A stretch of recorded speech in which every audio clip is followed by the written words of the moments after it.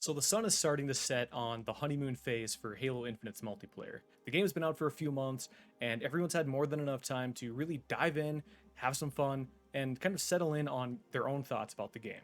The game's in a weird spot, especially right now, but despite that, I've still managed to jump in and have an absolute blast with it. The game surprised me, and this is the first competitive multiplayer game in a long time that's really just sunk its claws into me. And I've just had so much fun playing both casually and kind of dipping my toes into the competitive side of things, which is, I don't do that very often. Gears and Halo are really the only two games that I ever cared enough about to play competitively, and Infinite has managed to reignite that passion that I used to have for multiplayer games. The other night I saw a thread on the subreddit that went something like, describe Halo Infinite in 2 words, and the top comment was, great, but.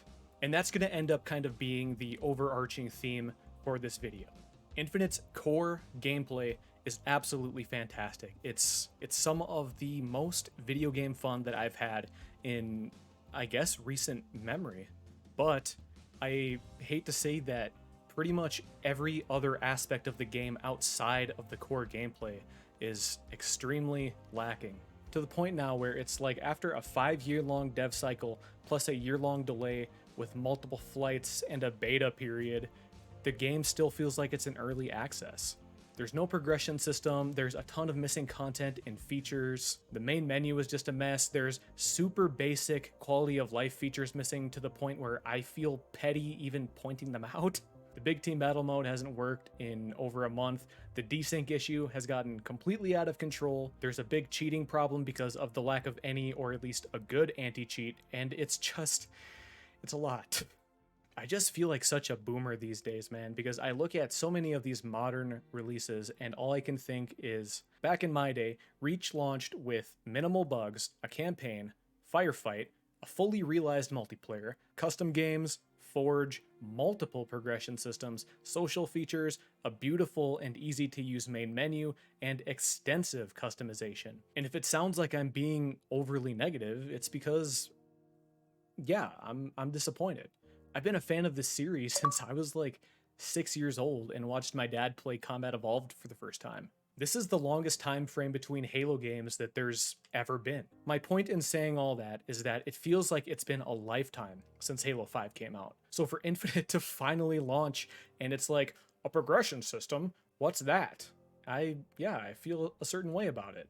And it's just become another case of what should be an absolute banger of a game being held back by things that should be complete non-issues or a severe lack of content. I do think that Infinite is in a little bit of trouble here. I mean, there's no getting around the fact that the multiplayer launched pretty bare bones. There were, and in my opinion, there still is, a lack of playlists and different game modes. Game modes that are pretty crucial to maintaining player retention, like Infection and Griffball. Because right now, there's not really any game modes that you can go into for a super casual experience and just kind of hop in a party with your buddies and just kind of turn your brain off. The current selection is pretty much just competitive modes, regardless of if you play ranked or not. They're all objective or Slayer-based modes. Just take Infection for an example. That one playlist is used as the base game mode for so many, an endless amount of custom games. And there's tons of people out there that come back to Halo time and time again over years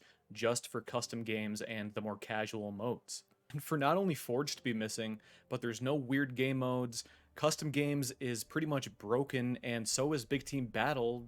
Do you get what I'm saying here? I can understand Forge not being in at launch to an extent, because it does sound like it is a massive undertaking, but you also have to understand this. That without Forge, a variety of base game types, and custom games, that means that the only new content that can flow into this game has to come directly from 343 themselves.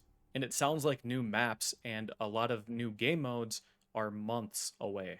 The developers really did shoot themselves in the foot by knowing that they're not going to be able to put out content on a frequent basis, but then also failing to give the community the ability to do it ourselves.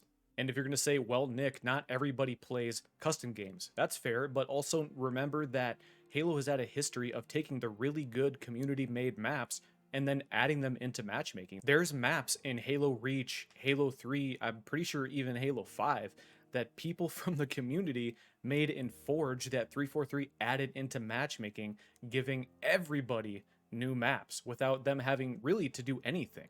So I've gone on about the lack of content long enough, but it's a big issue that I don't really see going away anytime soon. So if there's no new official or custom content coming out anytime soon to keep people coming back, surely there's an extremely satisfying progression system that rewards players and gives them an overarching goal to work towards, right?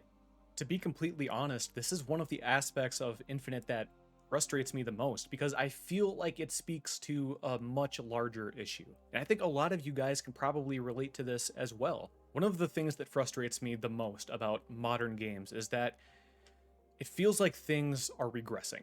As players and consumers, we are getting less and less for our time and our money. And I can't help but see Infinite as really the pinnacle of that frustration. I talked about the lack of content, but Infinite's free to play, so if you don't buy a pass or anything from the store, really the only thing that you can give it is your time. Infinite is missing a ranking-based progression system, not even something as simple as a number by your name like Spartan Rank 99, which can make investing a lot of time into this game feel deeply unrewarding because you're not really progressing or working towards a goal. To add to that, the XP being tied solely to challenges was such a bad idea that I can only assume was done for the sake of money. And I say that because doing that creates a multitude of problems that were so obvious and easy to foresee that as soon as it was announced, everyone unanimously went, uh-oh. So the first problem is that it forces people to play in very specific ways, making them focus on getting kills with certain weapons or in certain ways. And this creates a big issue where people will just straight up ignore objectives or leave games because they need to get sniper kills or melee kills or what have you. If you need to destroy a certain vehicle like the chopper 5 times, you better pray that that thing spawns in every sequential big team battle match or you're just straight up wasting your time. Everyone called that being an issue immediately. I know that was my first thought, and we were right. Secondly, being shoehorned into playing a game mode that you don't like doesn't make for a good experience and isn't really fun. For example, let's say you finally got some time off from work and school. You got a big bag of flaming hot Cheetos next to you and you're ready to go. But you're not really a fan of sweating it out in ranked mode. You're more of a big team battle kind of guy. But guess what? A couple of your challenges are tied directly to kind of the sweatier modes like ranked or the new attrition mode. Playing big team battle isn't going to get you anywhere fast in the battle pass. But hey, you could use one of those handy dandy challenge swaps, and that's where my biggest issue with this progression system lies. The progression system is built around the monetization, and it's specifically designed to prey on your patience and your playstyle. You are actively being punished for playing the game for fun and interacting with the game in the way that you want. So in a nutshell, to progress through the battle pass that you paid for, you have to either grit your teeth and grind through game modes that you may not necessarily want to play in weird ways and focus on getting kills with certain weapons, or you can shell out for challenge swaps. That is so goddamn predatory, and Gears 5, Microsoft's other big AAA game that came out a couple years ago, tried doing a system very similar to this, and they got ripped a new one and had to revise the entire system. And monetization aside, the game shells out the exact same amount of XP regardless of if you win, you lose, you have a fantastic game, or you have the worst game of your life. The XP granted is all the same, and if you're not completing challenges, the amount of XP you're getting per match degrades with every single game you play. And shocker, when this didn't go over well with players, 343 acted like they were completely blindsided by that and said that, yeah, they would start working on one, but it would take a long time to implement. Halo Reach came out back in 2010, over a decade ago, and it had the best progression system in the series, granting you XP based off of your in-game performance that would be attributed to a cool-ass military rank, that you could also take that XP and you could spend it on armor. It had a challenge system, but it was the cherry on top of an already fantastic progression system. And even on top of that, it had the commendation system, which acted as more of a long-term challenge system that would reward you periodically as you played the game, or you could just pick one and grind it out for XP. And before someone says it, yeah, I agree. You should play a game because you have fun with it, not to unlock some new shiny. But the big flaw in that argument is that a progression system can be fun as fuck. And the fact is that Infinite feels empty without one. The store is a whole other thing that I could go into, but it's currently being worked on. They're letting us buy individual items now. They're lowering prices. And debating prices is pretty pointless because I can't tell you what something is worth to you, and everyone values money differently. But what I will say about the store and the business model is this. I personally believe that a good store and monetization model is something that doesn't actively take things away from the game or the players, but instead adds fun cosmetics or cool features to the game. It layers those things on top of the vanilla experience. And Infinites is one of the most obtrusive that I've ever seen because you can actively see what it is taking away from the player. You can go into the menus and look through the customization, the battle pass, the challenge system, and you can follow those strings all the way back to the shop. How many shades of gray and blue are there in the battle pass? How many challenge swaps are between you and that next helmet? Why do we have to unlock George's armor coating twice? Why are armor coatings and visor colors core specific? And why have we seen low rank Halo Reach armors that should have been in the battle pass show up in the shop for 20 bucks? And then there was the whole debacle with the Tenrai helmet where that was advertised for free and then it ended up showing up in the shop. Hello, I like money. We barely have to look to see what the monetization has taken from this game. A ranking system, skill-based XP, and the ability to choose primary and secondary colors for God's sake. The truth is that the item shop ate the progression, the XP, and the customization system alive. Ooh. And this is why I'm always preaching how monetization can affect game design down to a fundamental level. And completely moving away from everything that we've talked about already, the game's broken. People can't find a big team battle match. They full on had to cancel big team battle challenges because of how bad it is. And for many, it's almost unplayable, especially if you're on PC like I am. Personally, I haven't been able to even get footage capture of the campaign or the multiplayer in a long time because the game already runs a bit hot, and the moment I open up OBS, the game just shits. And I thought I had a pretty big brain moment the other day where I thought, okay, I can't play and record. So what I'll do is I'll just play around until I have a good match, and then I'll go into theater and record the playback. But guess what? Theater doesn't work either. The game just needs a hell of a lot of work. It needs maps.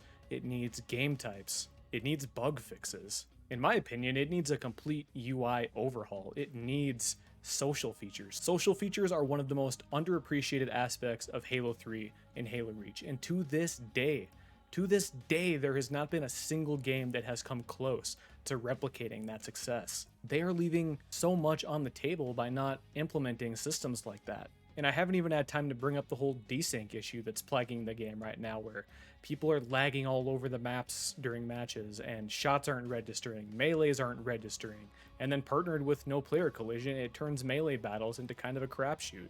Sticky grenades are disappearing, people are getting shot through walls, and it's frustrating that you can die for something that's not a fault of your own. And the cheaters, man. There's a meme in my head right now that I'm thinking of that perfectly represents Halo Infinite's anti-cheat. I'll throw it up on screen. But the point is that reporting people is much more complicated than it needs to be, to the point where most people don't even know how to do it. I know I don't know how to do it. So to start finally rounding stuff off here and summarize my thoughts, the state of Halo Infinite is disappointing, to say the least. There is absolutely no shortage of talented people at 343 Industries, so observing the game's development cycle, the launch, and the post-launch has just left me confused and concerned. The devs do deserve a hell of a lot of praise for what they've done with Infinite. They took a series that has strayed so far from its roots, rebooted it, and unified a infamously divided and passionate fan base. But at the end of the day, Infinite failed to live up to the expectations set by the games that came before it. It failed to live up to the promises that it made to its fans and the expectations that it set. The game promised that armor coatings wouldn't be an issue. The game promised reach level customization. Yeah, right. It promised a live service. Armor coatings are an obvious cash grab that are super limiting to player expression, which is something that 343 has expressed was important in the game design. And live service? Big Team Battle has been busted for a month. New maps and the new season isn't coming until like 6 or 7 months after launch. And crucial fixes like the desync and the cheating issues, they're way behind on that. As well, the Halo series has always been able to serve a variety of different players, including people who just want to play through the campaign with their buddies. Oof. After Master Chief Collection, after Halo 5, after the delay, basic expectations were still not met, and Infinite didn't even come close to living up to its full potential.